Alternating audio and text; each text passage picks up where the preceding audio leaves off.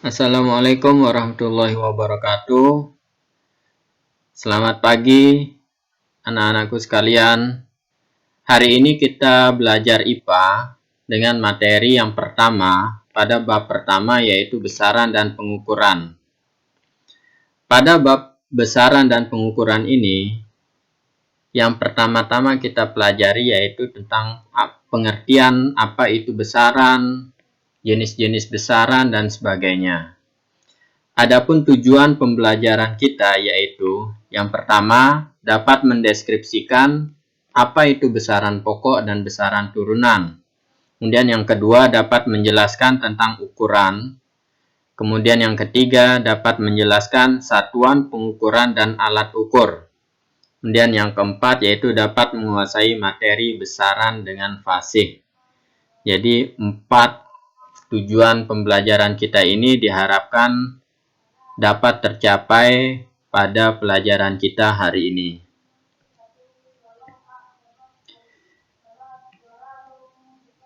Besaran dibagi menjadi dua, yaitu ada besaran pokok dan besaran turunan. Besaran pokok itu ada 7 jenisnya. Yang pertama yaitu panjang, massa, waktu, suhu, kuat arus, intensitas cahaya, dan jumlah zat.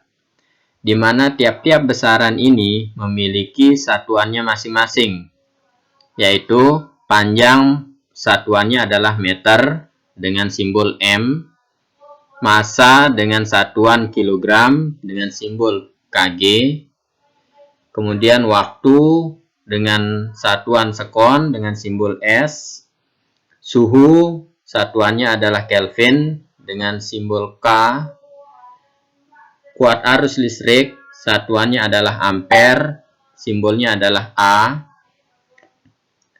Kemudian intensitas cahaya satuannya adalah kandela, simbolnya CD. Yang terakhir yaitu jumlah zat, satuannya mol, simbolnya M besar.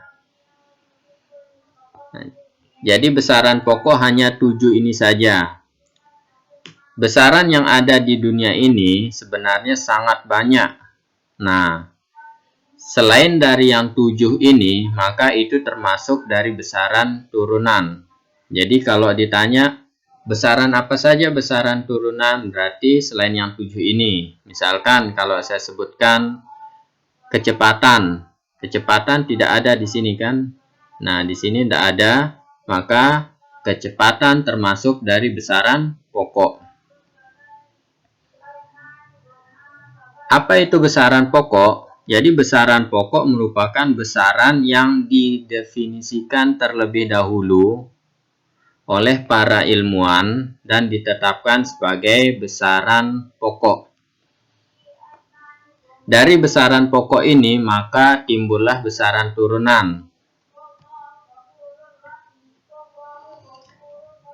Secara singkat, besaran adalah sesuatu yang dapat diukur atau dihitung dan dinyatakan dengan angka dan satuan. Sedangkan satuan adalah ukuran dari suatu besaran. Kemudian kalau besaran pokok adalah besaran yang satuannya didefinisikan tersendiri atau terlebih dahulu. Jadi besaran pokok ini tidak diturunkan dari besaran yang lain. Sedangkan kalau besaran turunan itu besaran yang diturunkan dari besaran pokok.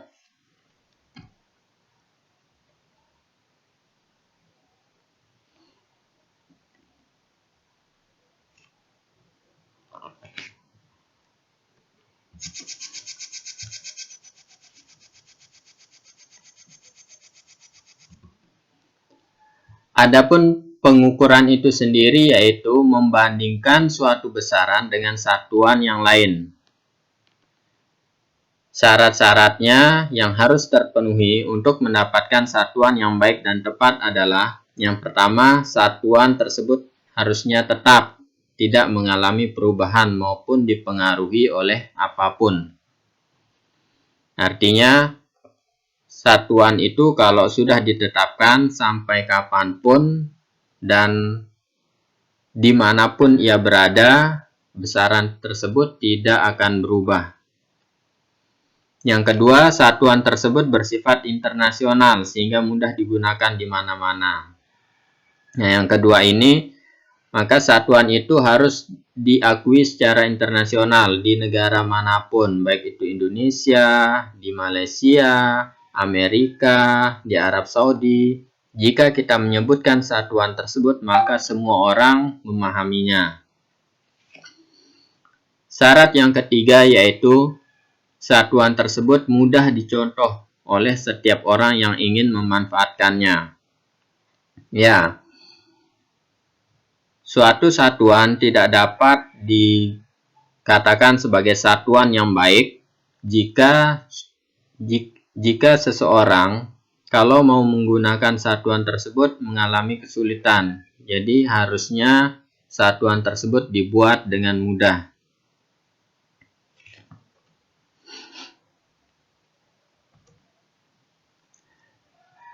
Nah, contoh besaran turunan, tadi kita katakan besaran turunan merupakan besaran yang diturunkan dari besaran yang lainnya atau diturunkan dari besaran pokok. Misalkan luas, yang pertama luas. Luas ini dari mana didapat? Asalnya yaitu hasil dari panjang dikali dengan lebar. Nah, di mana panjang ini merupakan besaran pokok, lebar ini juga termasuk besaran pokok. Karena panjang dan lebar ini sejenis ya. Kemudian volume. Yang kedua volume. Ini satuan besaran turunan. Volume ini didapat dari hasil kali panjang, kali lebar, kali tinggi. Di mana panjang, lebar, dan tinggi ini merupakan besaran pokok. Kemudian kecepatan yang ketiga, contoh besaran turunan yang ketiga yaitu kecepatan. Kecepatan ini didapatkan dari hasil bagi jarak dan waktu. Jarak dibagi dengan waktu adalah kecepatan. Nah, jarak ini sendiri merupakan besaran pokok dan waktu juga merupakan besaran pokok. Jadi bisa kita simpulkan dari contoh ini, maka besaran turunan ini, luas, volume, kecepatan, itu dihasilkan atau didapatkan atau diturunkan dari besaran pokok. Ya. Contoh soal yang pertama, kegiatan pengukuran yang menggunakan satuan baku adalah, mana yang dikatakan sebagai satuan baku? Coba kalian jawab terlebih dahulu sebelum kita jawab bersama.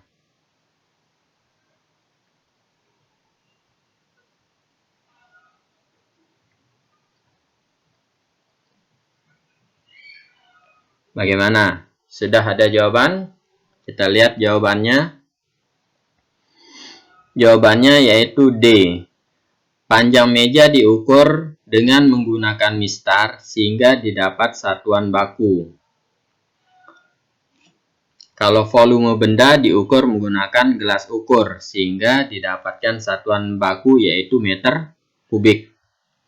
Sedangkan kalau luas tanah diukur dengan mistar atau roll meter sehingga didapat satuan panjang dan lebar masing-masing dalam satuan meter sehingga satuan luas tanah dinyatakan dalam meter persegi.